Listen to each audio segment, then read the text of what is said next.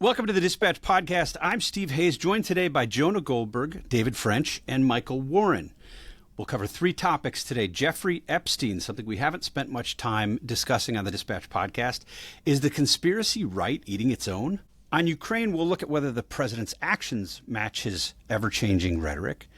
And finally, a Supreme Court ruling that seems to give the executive branch more flexibility to dismantle federal bureaucracies. How should we think about the ruling? Finally, we will finish with a very sweet not worth your time. Let's jump right in.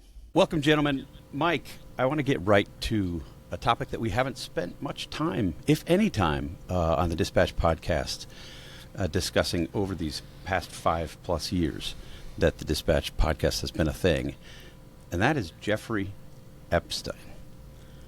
What is the latest on Jeffrey Epstein, and should we be talking about him?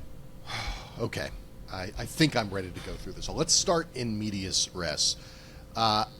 Last week, the beginning of the week, the Department of Justice issues a memo in which the Department of Justice and the FBI present conclusions, some of which are things that we already knew, that Jeffrey Epstein, the convicted child sex offender, former financier, who died in 2019 while in federal prison, did in fact kill himself. We have known this, but this memo states that is indeed what happened, is the truth.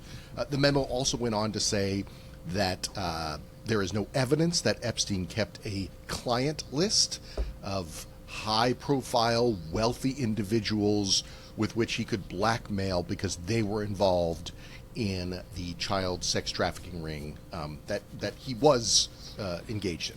But there's no evidence that he had this list, and that there's no evidence that any third parties need to be investigated in relation to Epstein and his list or his file or what have you. Okay, that established either things that we already knew or established that there's nothing actionable in the investigation. So why were we here? We were here because Donald Trump and his surrogates have spent years in the MAGA media universe, and particularly in the 2024 election, claiming that there was some kind of conspiracy behind the investigation into Jeffrey Epstein, and that by electing Donald Trump and by Donald Trump putting into place his people into the federal government, that conspiracy would be unveiled and the truth would be outed,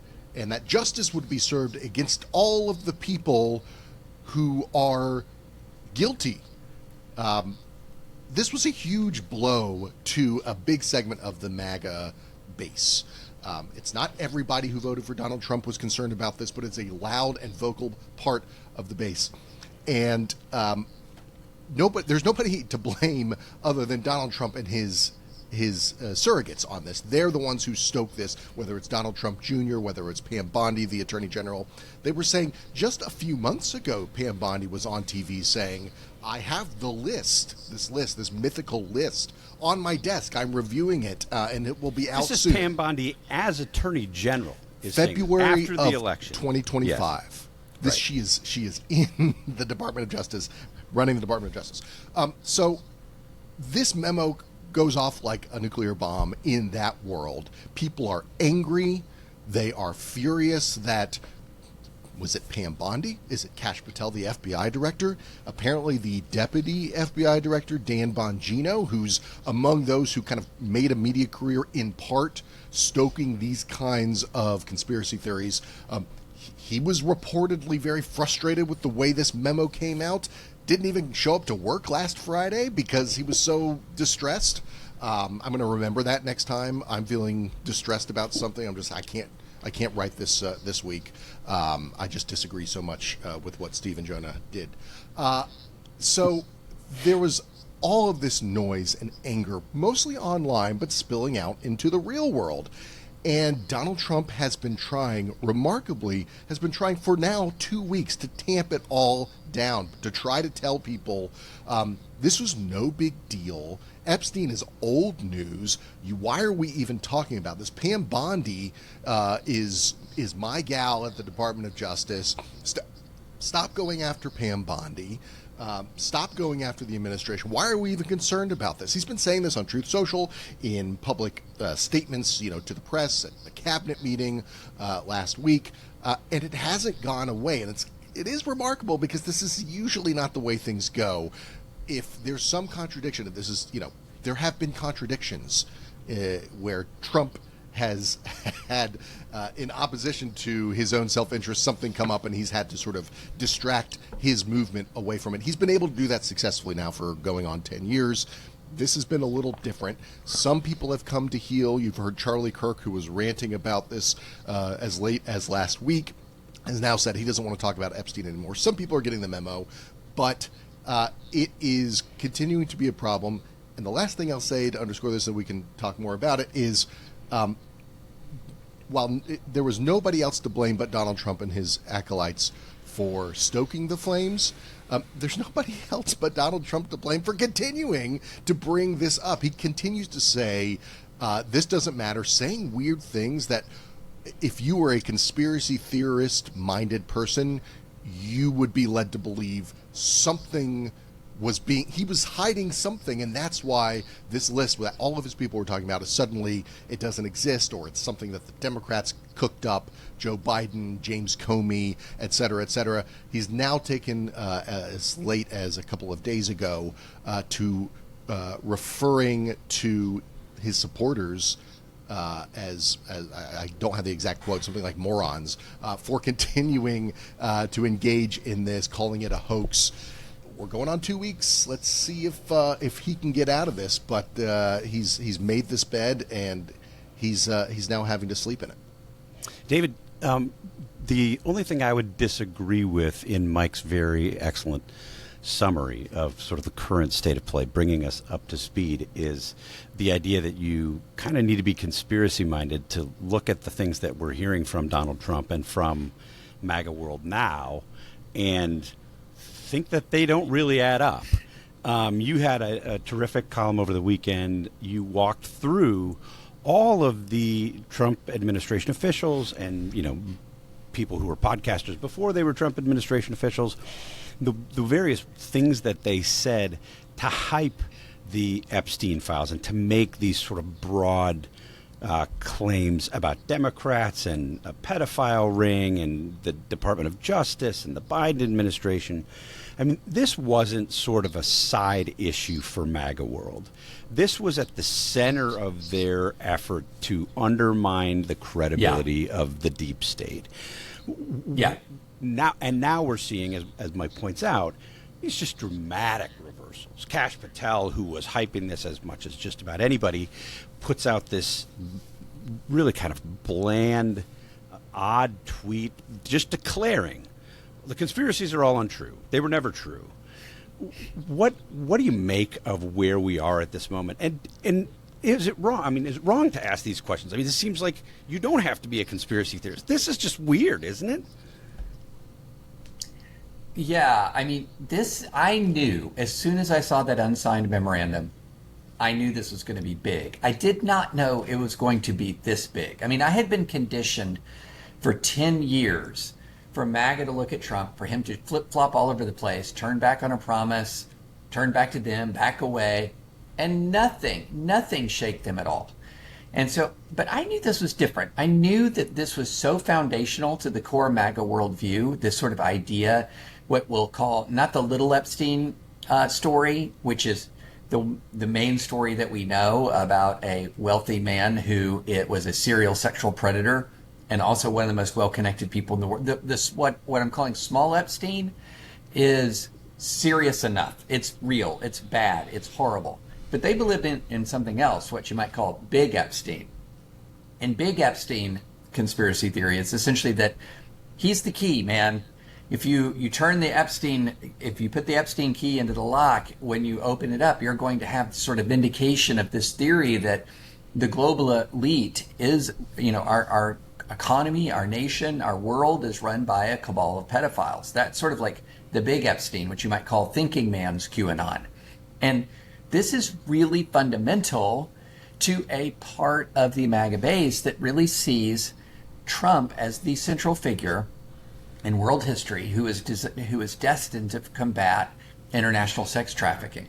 And I know when you say it out loud, it sounds weird. But that's what I was just going to say. I mean, like, if you're a normie and you haven't been paying attention to this, what you just said in the last 15 seconds sounds absolutely bonkers. That the real problem with the U.S. government is that it's run by this secretive cabal of pedophiles who are sort of making arrangements to benefit other pedophiles around the world and making policy that would allow them to operate in secret.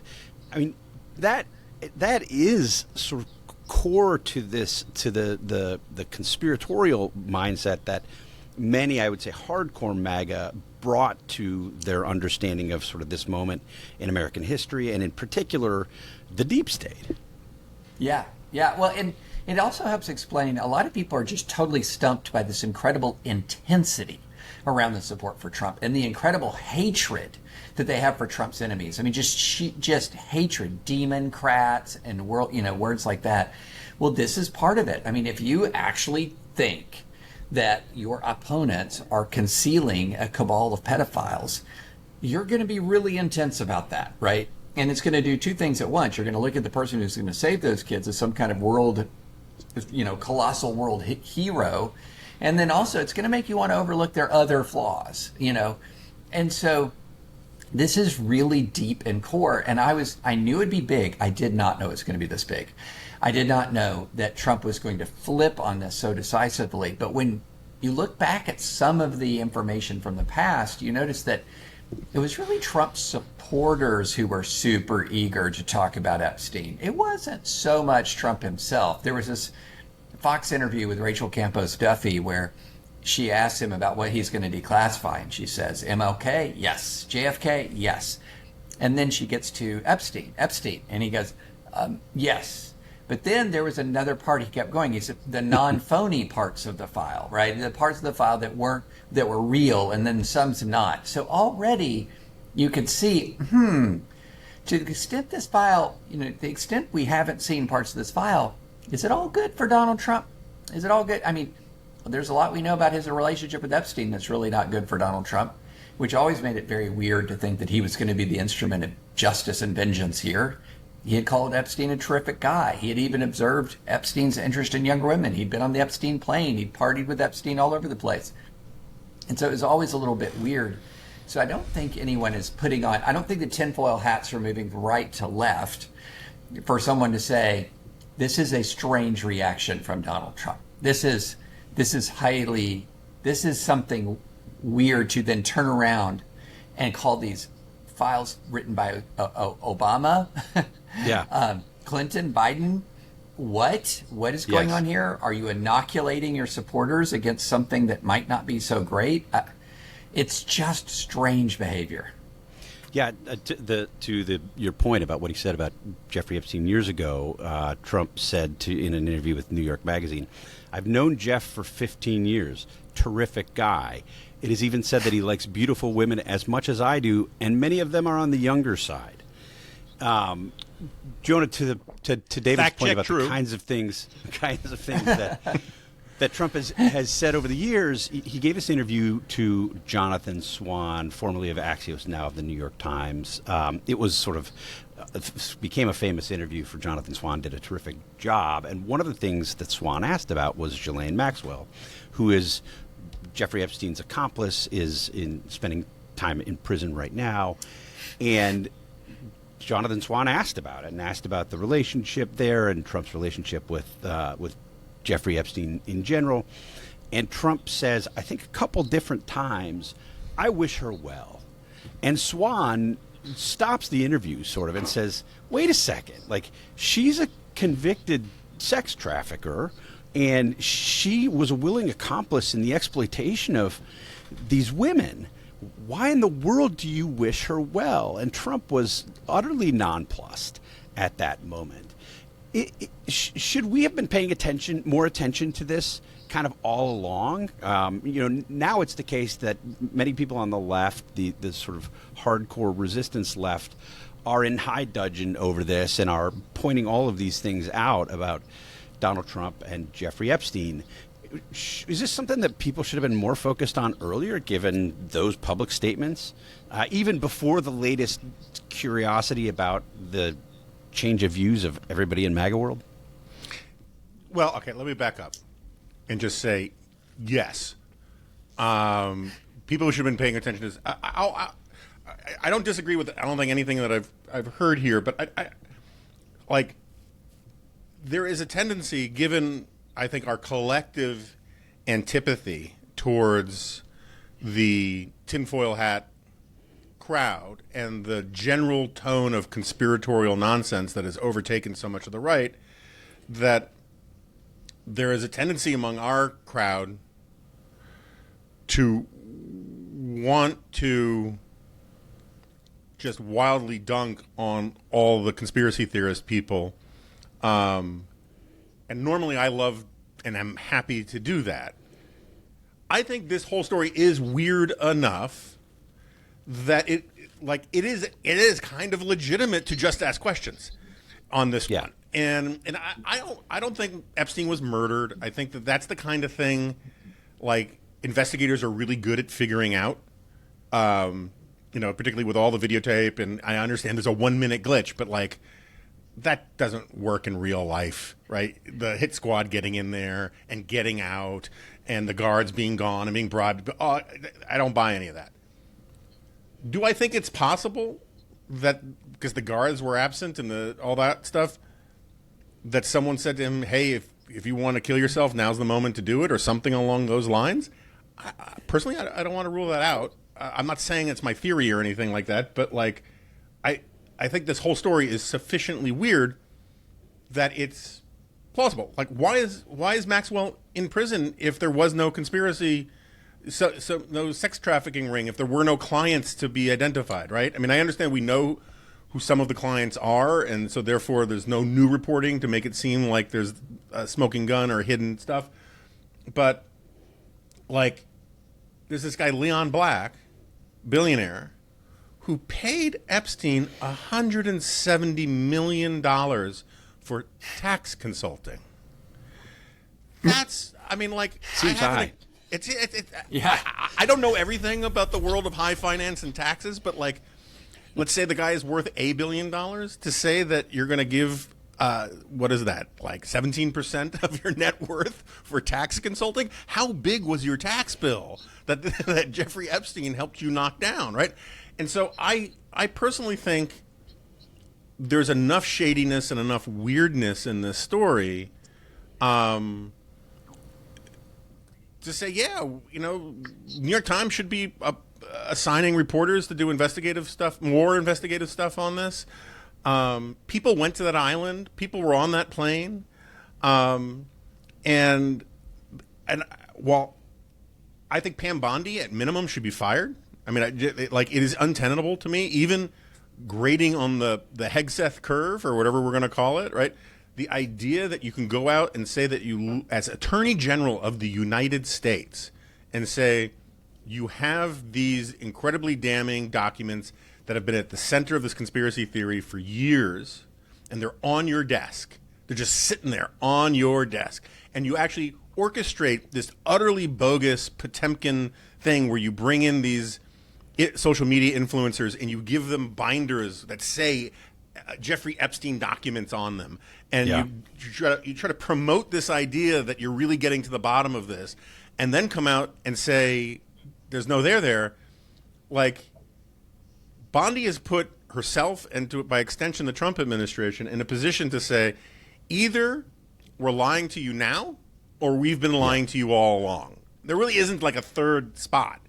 And lastly, I'll just say, look, Trump, it's weird. Trump has this thing where he, that what is it called? A phasis or whatever. It's the thing where you say, I'm not going to say. Mm-hmm. I'm not going to say Mike Warden's shirt is too loud, but people are saying that kind of stuff. And Trump does that kind of thing all the time. He also will, he airs his insecurities when he says things like, you don't understand. I have the best words. I have the best vocabulary. I have the best words, right? It's because he knows he doesn't. And the idea that Trump is extremely clever about this stuff, the fact that he is saying, I don't want to release this because there's a lot of fake things in there about people written by Barack Obama and Comey. First of all, that's a wild conspiracy theory right there. That the President of the United States and the former head of the FBI and a new one, right? That they got together and they forged documents and they kept them secret all of this time that were going to incriminate their political enemies. That is a wild-ass conspiracy theory, and everyone's just letting him say it. But moreover, the fact that he feels the need to constantly talk about, there's phony stuff in there, there's hoax stuff in there. First of all, it confirms that there are documents there we have not seen, and I am open to the idea that he is just afraid that there's fake stuff in there about him, and that's why he's saying it. That he's sufficiently paranoid about things that, like, that's possible. It's also just, it is not unreasonable for us to infer from someone like Donald Trump with his track record that when he says, oh no, the stuff in that file, that's all fake about me, none of that's real, that there is stuff in the file about him that's real. I'm not saying that there is. I'm just saying, politicians normally don't deserve the benefit of the doubt about this kind of stuff. Show of hands here. Who thinks that Trump deserves extra special benefit of the doubt? I mean, it's just, and so I personally, I am glad David brought up the thinking man's QAnon. I think that that's one of the things, there's a valence to this story that is hard for normies to understand why it scratches so many itches on the crazier right. Yep. And, people don't remember Frazzle Drip? Frazzle Drip was the theory that Marjorie Taylor Greene subscribed to in a Facebook post that said that Huma Abedin and Hillary Clinton were kidnapping 9-year-old girls, cutting off their faces, wearing them as a horror mask to scare them, to get the little girl to produce more of this hormone that they would then draw from their blood as an anti-aging cream or something like that. Right. Big if true. Yeah. I mean, and so that was not only a few people who believed that. For sure. I'm not saying it was a mainstream. It was not a tiny group of people who believed that. Right, but the whole cult of demonology thinks all that stuff is plausible or possible or we need to investigate it and all that kind of thing. And the QAnon thing, the Epstein thing is the respectable face on that entire universe. It's also, I don't want to get deep in the weeds on this, but the fact that he's Jewish also scratches some itches, right? Mm-hmm. And the reason why, second there was any suggestion he worked for the Mossad, Tucker Carlson, had to check himself into a ER because he was excited for more than 4 hours. And so I have no sympathy for any of the people who are being screwed by this thing, because they created this, they fomented this general climate, and they deserve, Trump and Bondi and Patel and Bongino, they all deserve the crappy situation that they're in. But the press also, I think, should be more open-minded that there's something more to this than, it's just a conspiracy theory. There's something weird about this somewhere. Yeah, I listened to a recent interview with Julie Brown, who was the Miami Herald reporter who really broke this open again in sort of the 2017, 2018, 2019 timeframe. And she pointed out that the forensic pathologist who looked at Epstein after the alleged suicide attempt said, this doesn't really look like a suicide. So even that, I think there are legitimate questions to ask about it. But Mike, I want to go to the MAGA part of this, and you wrote about this week. Why is Donald Trump having so much trouble this time shutting this down? We've had many other incidents where, he's brought MAGA along, or MAGA has pushed him along on some conspiracy or another, and then Trump gets to a point where he's either tired of it, or it may implicate him, or it's no longer useful, and he just shuts it down sort of by the force of will. and they fall in line. You pointed out that Charlie Kirk has fallen in line, but Kirk, in many ways, is an outlier here because you have so many MAGA podcasters, MAGA influencers who are saying, we don't accept what you're saying here. Theo Vaughn, popular podcaster, had J.D. Vance on last month and asked him questions about this. And Vance, who had been pushing this conspiracy for the last 5 years, said, we need to see everything. We need to see all the files. And Theo Vaughn was talking about it this week and said to J.D. Vance, hey, man, what changed? Why can't Trump shut this down? Part of it's a lame duck situation. This is Trump is in the twilight of his elected political career.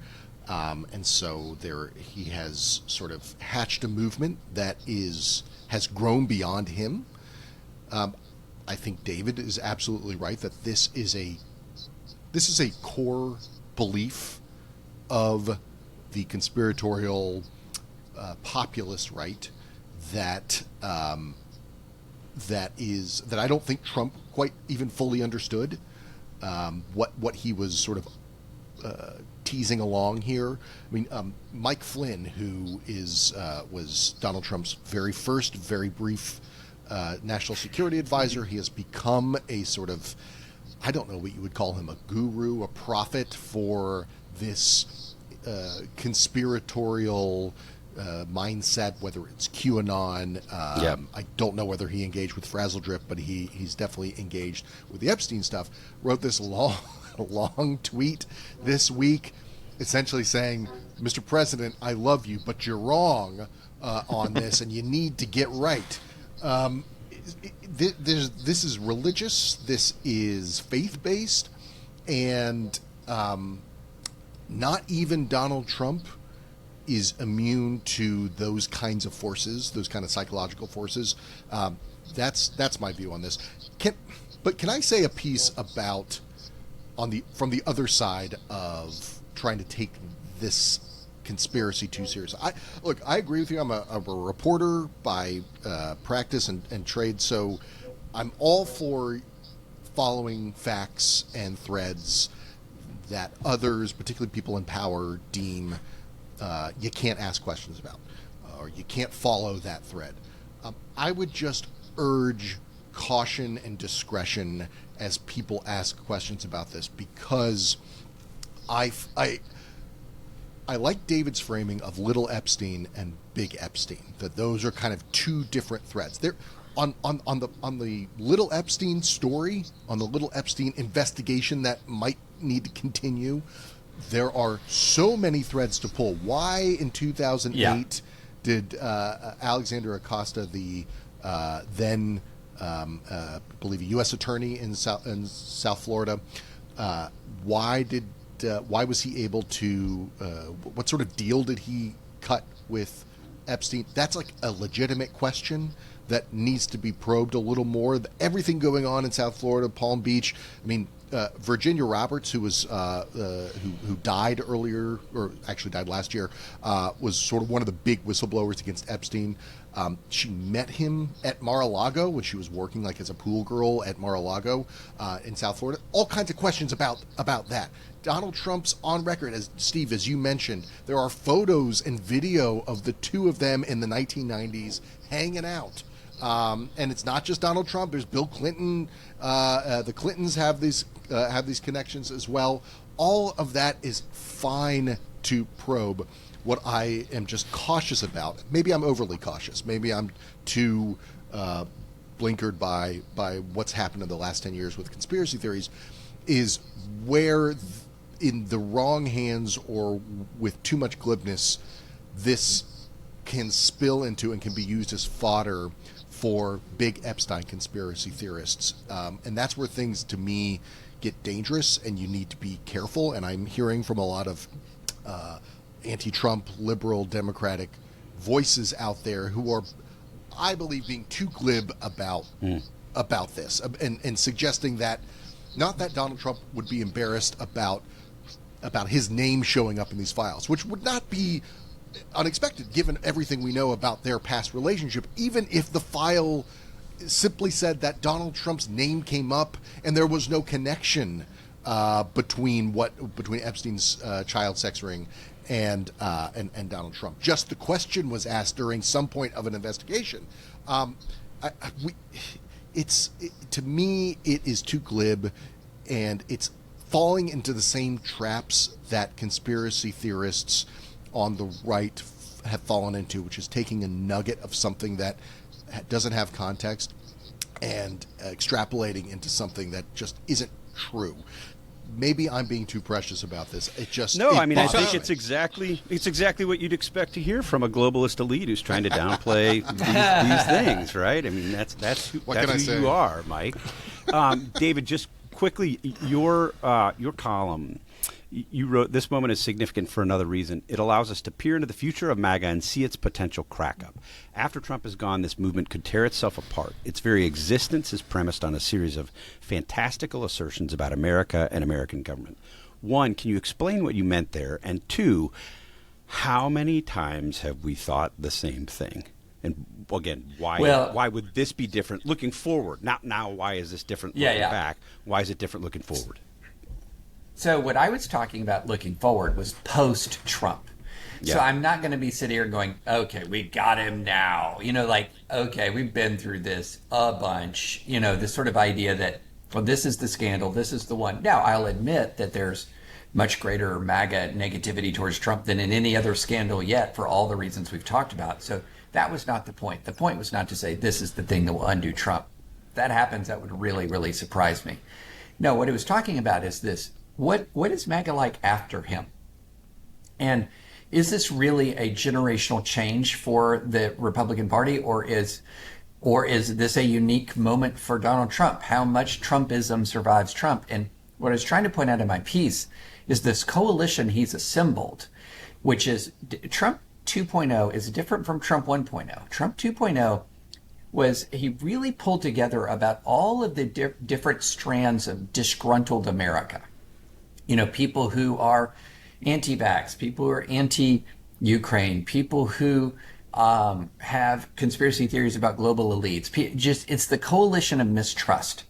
And so he's pulled them all in. And what you have is this really interesting thing where the Democrats have hurt themselves by saying, well, everyone, by making all of the litmus tests, having such a long litmus test. The Republicans have helped themselves by having one litmus test, and only one, and that is, do you support Donald Trump? Well, guess what happens when you remove that one litmus test? What is left? You're left with basically a bag of scorpions. That's what you're left with in the GOP. And these are not folks who are going to be terribly inclined to yield to any of the other scorpions. And you can already see this emerging. There have been internecine fights over Iran. Now there's a little civil war over Epstein. Now, as a general matter, it all settles as soon as Trump speaks. But who is the person who's going to speak and settle it after Trump? And so that was the reason why I was writing this, is to say, look, it's Lucy with the football. I'm not going to be Lucy with the football on Trump.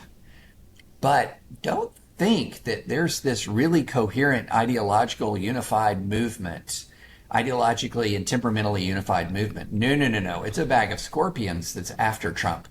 And they could absolutely rip themselves to shreds. Yeah, so very quickly on this. Right? Yeah, well, so 2 points. One, I take Warren's cautions to heart, and I agree. I actually think following the sex stuff is not a waste of time, but it's too juicy, too distracting, too difficult given the victims, all that kind of stuff. I mean, we kind of know what happened on that front. Go back to the standard journalistic model. Follow the money. I still have never had anybody explain to me how this guy got so freaking rich. It costs a lot of money to buy the largest home in Manhattan. It costs a lot of money to, I mean, I'm open to correction on this. I believe it costs a lot of money to buy and staff a Caribbean island. Just throwing that out there, right? So that stuff, I think those threads definitely should be pulled on more, and there are reporters out there who really know how to do that forensic financial stuff. On David's point, I agree entirely. I wrote a very similar column in the wake of the Trump-Musk wars, because I think that was the first sign of the Trump coalition by definition, a cult of personality coalition is going to have disagreements once that personality is no longer at the center of the cult, right? I mean, Trump came out the clear and decisive and obvious and predictable, by my lights, winner in the Musk-Trump wars, and Musk seems to be very upset about this, but like only one of them is president, and like it just wasn't going to go any other way, really. But I think the most relevant place to look at this, if we're really going to do post-Trump punditry, it's not Musk, it's not even this Epstein stuff, it's Vance. And this idea, including some very close friends of mine who are very close politics watchers, they just sort of glibly say, well, Vance is the heir apparent, the most likely person to be the next president of the United States, all of these kinds of things. And I think that is true in the extent that if you're just taking the field, like he's one of the only person with identifiably good odds to become president of the United States. But I would take 1,000 to 1 in favor of the field any day of the week over Vance. And this idea that you can see it with the fights between Rubio and Vance, right? Trump doesn't even want to say that Vance is going to be his successor. And Rubio has a different wing of MAGA that he's trying to appeal to, while Vance is trying to appeal to sort of the cranky Appalachia, my grandfather has fought in the Civil War crowd, and Rubio is trying to aim at the the transracial working class thing. My only point is that there's nobody that can hold together that coalition that Trump has, and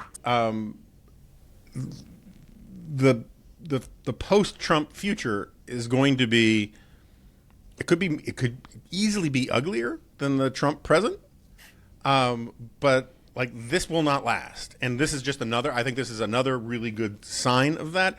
And you just think about what a bag of crap Trump is handing Vance on the Epstein stuff. Just to put a bow on this, let's just say it becomes dogma on the right or on the conspiratorial right, that Trump was part of a cover-up, but we're gonna forgive him because eventually he gave us Pam Bondi's head, and we'll get to the bottom of this later.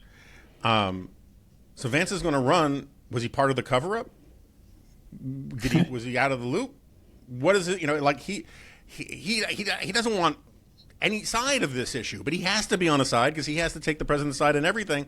I don't think that sets him up well. At the very least, it opens him up to vulnerabilities come 2028.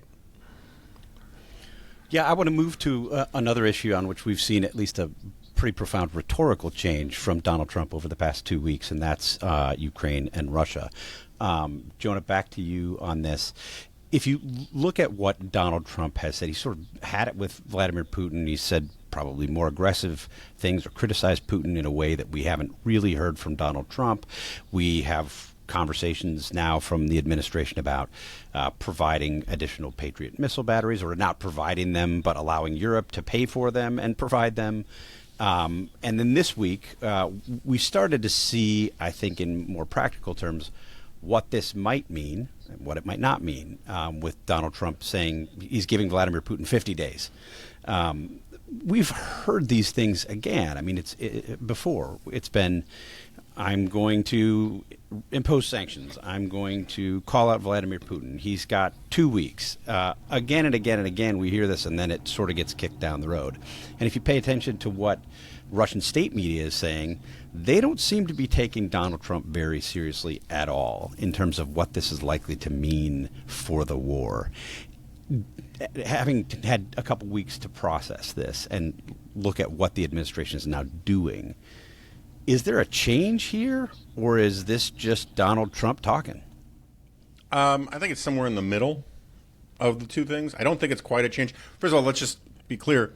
A 50-day window in the middle of the most intense summer offensive of the war might as well be a 500-day window. It is not a high-pressure thing on Putin. For all we know, he was planning on, like, digging in for the fall and winter after 50 days from now anyway. I mean, like, it's kind of silly, particularly given that, Trump thinks that 2 weeks is a magical period of time where you can change your position 50 different ways or whatever. So I don't put a lot of stake in that. I also don't put a lot of stake in it's good. Some of the things that he said are good, and we should celebrate that he is saying them. As my friend Ramesh Ponnuru always liked to say, it's not so much that I'm against flip-flopping, it's that you just want the politician to flop to your position and then stay there, right? So, like, the more anti-Putin he's becoming, that's good. You don't want to criticize him. Oh, you keep changing your mind. When he changes his mind to your position, I get that. I just don't put a lot of faith that he's going to stay on this position. Kudos to Melania, who apparently is driving this policy, at least to some degree, because Trump would come home and brag. According to Trump would come home and brag to his wife that he talked to the president of Russia, which he still thinks is like a super cool thing, and had this great conversation. And Melania would say, "That's great. He bombed another city today." And apparently that makes Trump feel like a fool in front of his wife, and so he's doing something. Great. That said, people hate this point about foreign policy generally, but there's a lot more continuity in American foreign policy than there is change. And in many ways, I think what Trump is doing is just basically extending the Biden policy of doing enough to seem like you're helping, but not doing enough to help Ukraine win. And even if this NATO stuff goes through, which we don't know that it will, it's not enough. It's not nearly enough. And the supply chain, the amount of time it takes to get these Patriots over there and all the rest, it's just too damn slow. We're not reorienting our economy to our military production capacity to actually treat this thing as if it's something that we have a national interest in winning. And so I kind of feel it's more half-assed than anything else. And I think in many ways, so was the Biden administration about this. I mean, the rhetoric of the Biden administration was much better, but the follow-through was much, right? The huge gap with the follow-through. Here, the rhetoric is kind of half-assed too, and it matches the policy more. So I'm very depressed about it. I think what we are doing towards Ukraine is fundamentally not in our interests and profoundly dishonorable. Yeah, David, we've seen the Trump administration not enforce sanctions. In addition to the rhetorical difference between the Biden administration and Trump administration, we've seen the Trump administration not enforce sanctions. We've seen them talk publicly about withholding additional weapons systems. How would you assess the differences between the Biden administration policy, which I would characterize, I agree with Jonah, I would characterize it as sort of getting to the right point, but getting to the right point 6 months late pretty consistently, and rhetorically better than the Trump policy. But in terms of actual practical positioning on the war itself, how would you compare Trump's actions over these first 7 months with the Biden administration? I think one of the key differences with the Biden administration is at no point did you doubt that the Biden administration wants to help Ukraine. At no point. The question was, how effective were they going to be in doing it? How risk averse were they going to be in doing it? And this was something that was making a lot of us who were supporting Ukraine just pounding our head against the wall, was how cautious.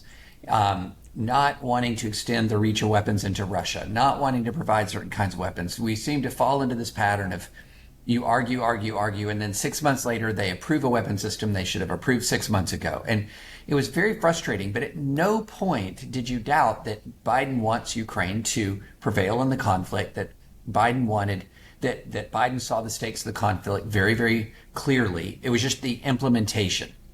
Now with Trump, I think the way you look at it is you're looking at an administration that has multiple factions.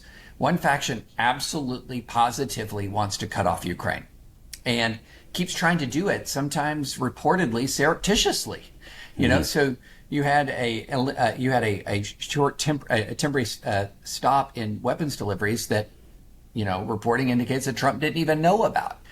So if you're Ukraine, you feel like you have to make the case to Donald Trump's administration every day just to hang in there with them to some degree at all. And so that's the difference, is it feels fundamentally unstable. And then the other thing is it's not just fundamentally unstable because of factions within the administration, ideological factions. It's fundamentally unstable because Donald Trump is fundamentally unstable in his approach. And, right before he took office for his second term, I was talking to some conservative Ukraine experts who made this point about Trump, and it proved to be incredibly prescient. They said, Donald Trump is going to walk into office and be surprised at the Vladimir Putin he encounters. That he's going to remember the Vladimir Putin of his first term who had not already been in the most horrific, grinding military conflict in Europe since World War II. That Vladimir Putin, 2 years or more into this conflict, is hardened. And he's also figured out that he doesn't need Western economies for his nation to have a war economy. He's also figured all the workarounds to these. He's figured out workarounds to sanctions. He's got the entire, he's got the nation oriented towards this war. This war is his defining characteristic. He is not going to be open. He is not going to be open to any compromise unless he's made to compromise. And I think Trump walked into office not aware that he was facing that degree of dark determination. And right now, what we're seeing is the fruits of him feeling personally insulted, not so much persuaded about the rightness of Ukraine's cause. And when you're making your strategic assessments on that basis, that's inherently unstable. Yeah, that's a really important point. You don't get the sense that, he sat down for 80 different intelligence briefings and now has a better understanding of the war. It's just that Putin has made him look like a fool again and again and again. Yeah. And Donald Trump doesn't want to look like a fool. However, Mike, that seems to have worked with some Republicans on Capitol Hill who had been increasingly sort of leaning against supporting Ukraine, both rhetorically and in terms of policy. There was a rather abrupt shift in tone and rhetoric and maybe policy on Capitol Hill this week among Republicans. What's your sense of where Republicans on the Hill are? There's legislation to impose additional sanctions. Trump has opposed that legislation repeatedly, sponsored by Senator Lindsey Graham, Republican from South Carolina, and Richard Blumenthal, a Democratic from Connecticut. He's pushed back on that, so we don't need it.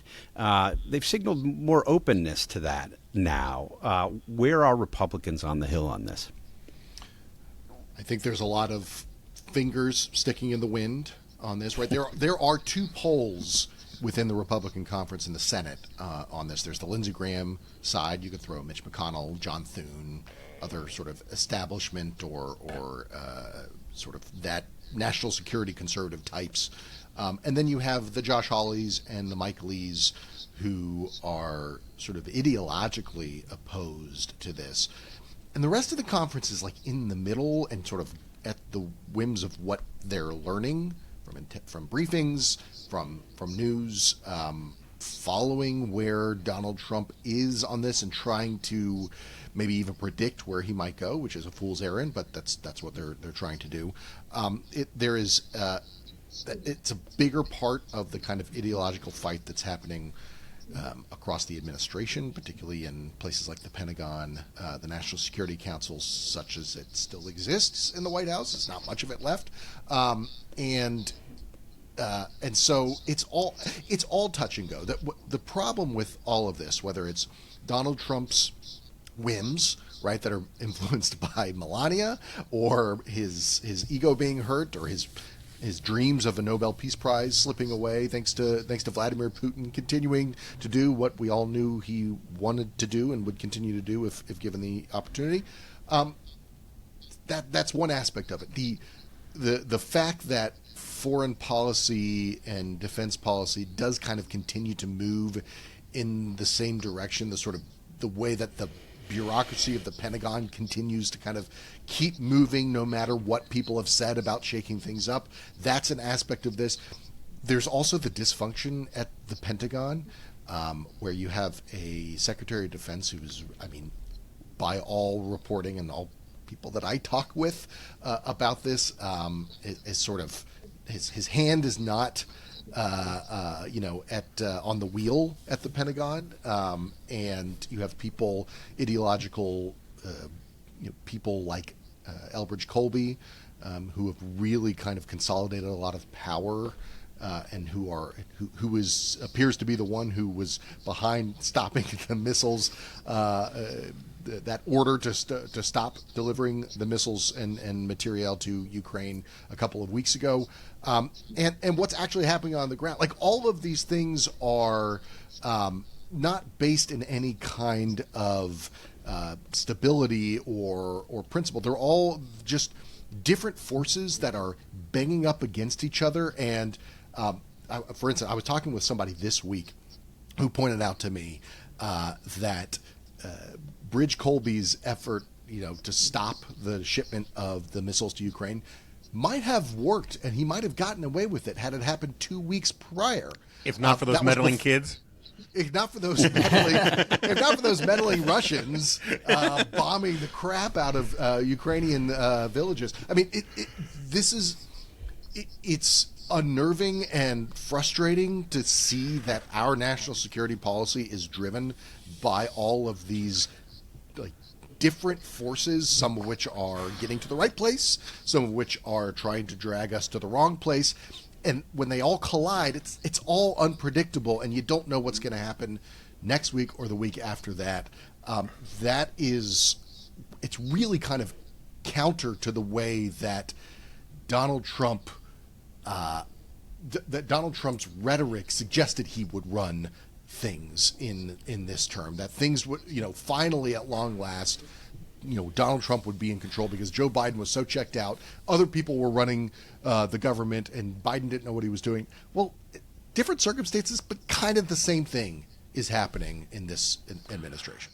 I just add one variable to that, which is I've now heard from either in public, on TV or podcasts, and a couple times in private, a bunch of people who say that one of the reasons why Hegseth and Bondi won't be fired is because Trump doesn't want to, quote, give a win to the media. And that's, look, on one level, I get that. On the other level, the idea that if you'd say give a win to the Democrats, that would be one thing. But give a win to the media it just shows you how much of the Trump administration is in reality show mode and just thinks that the producers of the show are hostile to it or something. Yeah, I mean, that was one of the frustrations that Donald Trump had when his nomination of Matt Gaetz to be Attorney General was withdrawn, was he didn't want to give a win to the media, and it didn't even really get to giving a win to the Democrats at that moment.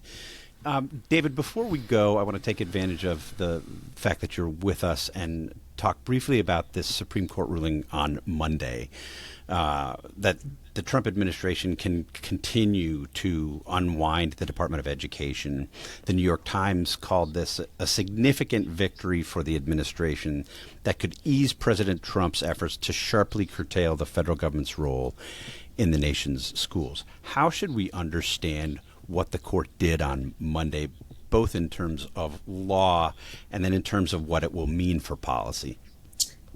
Yeah, so essentially what the Supreme Court did is it vacated an injunction that was blocking the Trump administration from its reduction in force while the case continued. So in other words, it did not rule that the reduction in force was lawful. It just said, we're not going to stop it while the legal challenges to it continue. Now, there's a couple of reasons for that.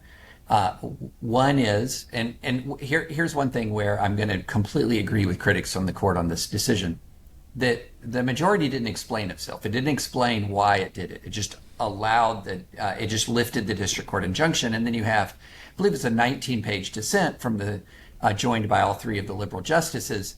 There's pretty stinging dissent. And once again, you had one of these dynamics where the majority is silent. The dissent says what it wants to say. And when you have silence versus an argument, it's kind of hard to defend the silence. But let me put it this way. So what the silence leaves open is a number of possibilities. Did the Supreme Court deny this stay or lift this injunction because it believes that the Trump administration has the right to do this? That's one line of thinking, and is likely to ultimately prevail. That's one question. Or is it because this is actually something that didn't need to be dealt with in by an injunction. So an injunction is actually considered to be an extraordinary remedy, a remedy only available when money damages are insufficient to compensate for the harm, when irreparable harm is at stake. Well, traditionally, when somebody is fired wrongfully, you do have money damages. Reinstatement and back pay is a very normal remedy in employment cases. And so part of it might be that the Supreme Court was saying, well, this is not an injunction case. This might be a damages case. And so even, maybe it doesn't side with the administration, believes that the remedy is to provide damages, reinstatement, back pay, etc.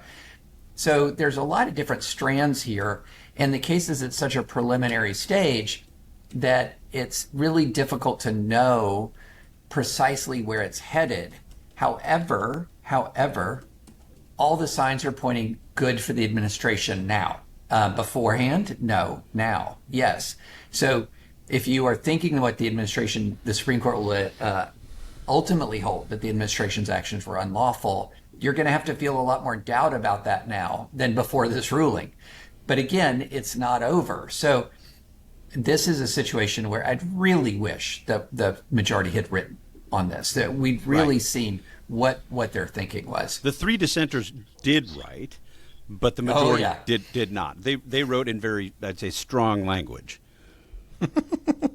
Mike, let me ask you about the policy implications of this. Stuart Stevens, who's a Republican strategist or former Republican strategist, helped run Mitt Romney's campaign in 2012, had this to say on X. What connects ICE, referring to the immigration enforcement actions, and killing the Department of Education? Republican base is now non-college educated white voters. That's the fastest declining large demographic. In 2000, it was 60% of the electorate. Now it's 39% and dropping. ICE is trying to make America whiter. Killing the Department of Education is to make America less educated. It's not complicated. It won't work, but it's evil. I gotta say, I don't find that analysis terribly compelling. I have wanted to shutter the Department of Education for decades because I think the facts make pretty plain that the Department of Education hasn't helped educate America's kids. It's failed in its mission and has become, in effect, a bureaucracy promoting teachers' unions. Is it the case that if you want to have states take a greater role in education across the country, you want to make America less educated? No, and I will say I share your view that it's not very compelling. And Stuart has sort of made a career at a new career at sort of claiming that everything he once fought for and believed, it was all a lie. And anybody who does that is sort of automatically on my suspect list because these things are complex and complicated. The Trump coalition, as we've discussed on this show, is big and varied and has lots of different people coming to it with different ideas about what Trump can do for their issue. And I don't see what Stuart is talking about, except to the extent that the coalition can dictate in some ways sort of what becomes a priority. And so conservatives have been trying to shut down the Department of Education for a long time. I don't think without the confluence of a lot of other things like the populist sort of suspicion of institutions, the sort of everything that happened in the COVID pandemic to sow distrust with kind of the education establishment.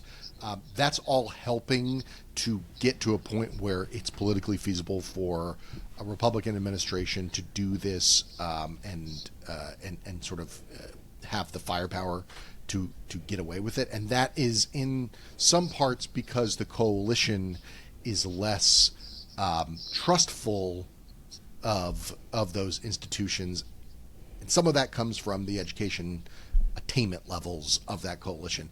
But you're talking about, to me, that's more descriptive than of the coalition than descriptive of a plan at work here, and I think we should be cautious about that. Yeah, Jonah, I mean, this has been sort of core to Republican politicians' rhetoric for decades now, including Mitt Romney, who at least said we're going to take a careful look at this. Yeah, look, I agree with everything Mike says about this. I think, Stuart Stevens is right that the Trump administration is responding to incentives from its base, okay. But beyond that, it's sort of a cartoonish idea to say that they're doing it because they want to make people dumber, right? I mean, like, that's just not the argument for getting rid of the Department of Education. And I would also argue that this is one of these stories that's a lot like you had Republicans in the Biden administration going around insisting that we've stopped pumping oil in this country, that we no longer produce oil and gas in this country. And it made Republican-based voters really angry and want Donald Trump to get elected because he was going to turn the pumps back on. And Democrats let Republicans say that lie because they wanted it to be true too. Biden wanted to tell the green base of his party that they weren't in the oil production business, when the reality was we were producing more oil than we'd ever produced in the history of this country under the Biden administration.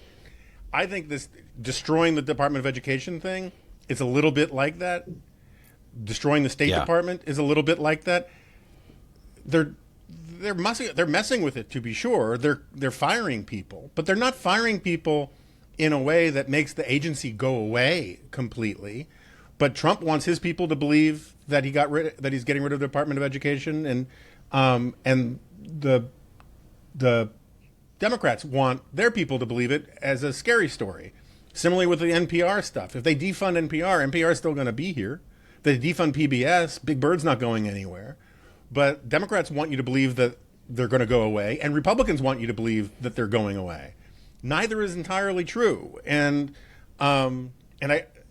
there's so much to legitimately criticize about this administration. You don't need to come up with sort of fantasy scare stories to fill your day with criticisms, and so I just don't like the entire sort of genre of this stuff. Yeah, there's a lot of it out there. Finally, today, on Not Worth Your Time, David, I'm going to come to you first. Donald Trump put out a statement. Unclear exactly why he felt the need to weigh in on this at the presidential level, but he announced that Coke is going to be switching to all cane sugar. Coke put out something of a clarification saying, well, maybe not quite. That is not what we're saying yet. Setting aside who's right on that, and I tend to trust Coca-Cola on the information about its products, does it matter if there's cane sugar in sodas? Does that make it better, number one? Number two, what's the best soft drink on the market today, in your opinion? And three, should we call them sodas, soft drinks, pops, or Cokes? Okay, so number one, you cannot measure my concern for whether they use high fructose corn syrup or whatever, or sugar, pure cane sugar, with an electron microscope. Like, I do not care in the slightest, and I don't know anything about whether sugar or corn syrup is better for you. They're sweet, sugary drinks. So that, I don't know if I open my mouth to express even 0.1% of an opinion on this difference, you would have like all kinds of experts flooding our comments about French doesn't know anything about sugar. Anyway, so I'm not going to say anything about that. I don't know about it. Number two, the best drink is Coke Zero. Like, the Coke Zero is a miracle drink. It is the closest thing I've ever experienced to a zero-calorie drink that tastes exactly like the real drink. I mean, it's shocking how similar they are. So Coke Zero is phenomenal. And number three, they're all Cokes anyway. So, Pepsi you is go. a Coke. Yeah, exactly. It's Mountain Dew is a Coke. Coke. What kind? Yes, I'll have a Coke. What kind of Coke? Dr. Pepper. That's how you order a Coke. So I'm not going to weigh in. I'll wait till the end to weigh in to tell you who's right and wrong. Mike, can we get your thoughts on this important question? So first of all, of course, David, New York Times, you're so out of touch with where Americans are on sugar in their sugary drinks. I know. There is a test case for this, which is Mexican Coke. You can buy Coke that's made in Mexico, and it's made with cane sugar. It is not made with high fructose corn syrup or any other kind of corn syrup, and it is better. It tastes better. It tastes like a Coke should. It is the Platonic ideal of Coca-Cola. And so that's just a fact. Whether this is a place where the president should be weighing in, I mean, in some ways, it's the ultimate place a populist president should be weighing in, because it's the kind of issue that the majority of people, if they only knew, would get behind. I think there's a whole story we could go into, and maybe Jonah, you'll talk a little bit about why we use corn syrup. It's a story of protectionism or favoritism on the part of the federal government for our corn industry, and it really has nothing to do with taste or with cost even. But okay, putting all that aside, the absolute best soda, and I know I'm from the South. I'm from Atlanta, actually. I should be a Coke all the way guy, and I do like Coke. And I have heard people call it anything Coke, but I call it soda. It's just how I was raised.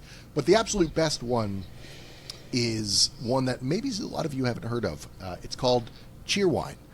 Cheerwine is I know Cheerwine. I knew you would know it, Dave.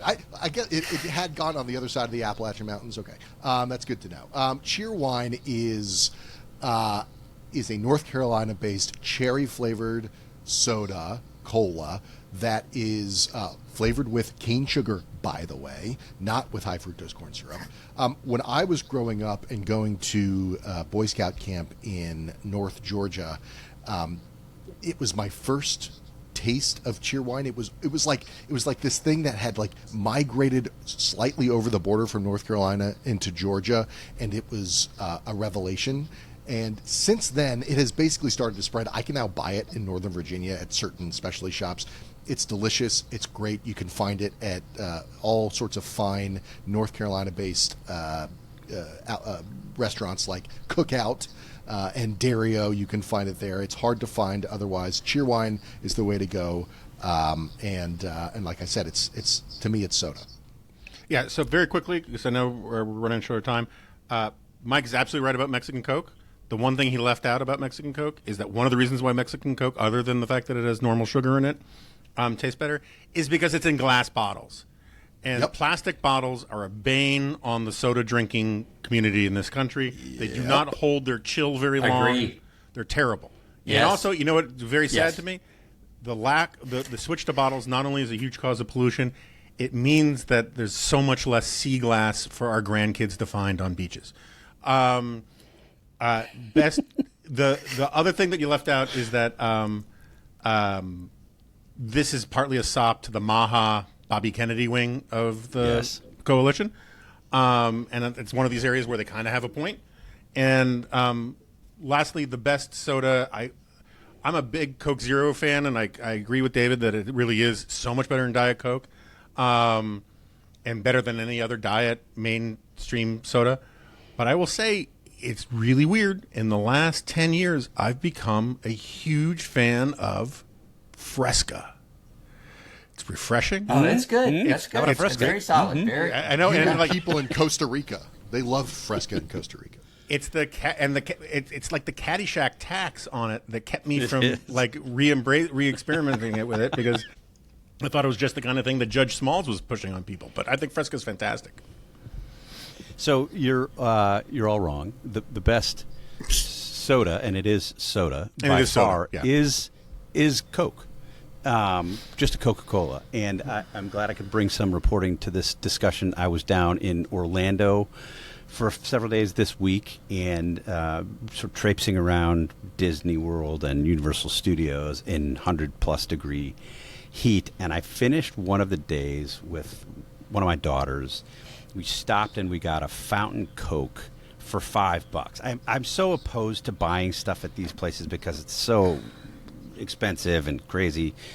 But I was exhausted. She was exhausted. We stopped and we split a fountain Coke on this 100-degree day. And I think it might be the best beverage I've ever sipped in my life, including, Vega, Sicilia, Spanish wines. So the right answer is Coke, and in particular in that environment. I will say, as part of my reporting excursion on this trip, we stopped for dinner last night at a Orlando airport restaurant called Cask and Larder, which was fantastic. Actually, really outstanding airport food, which you don't find very often. And they had Cheerwine glazed Brussels sprouts, which we ordered. Cheerwine glazed Brussels sprouts with Parmesan.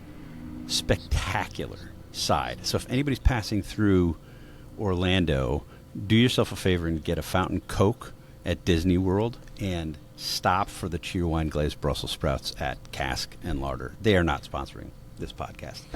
I'm not sure that was worth our time, but it was worth a moment, at least walking through some of these possibilities.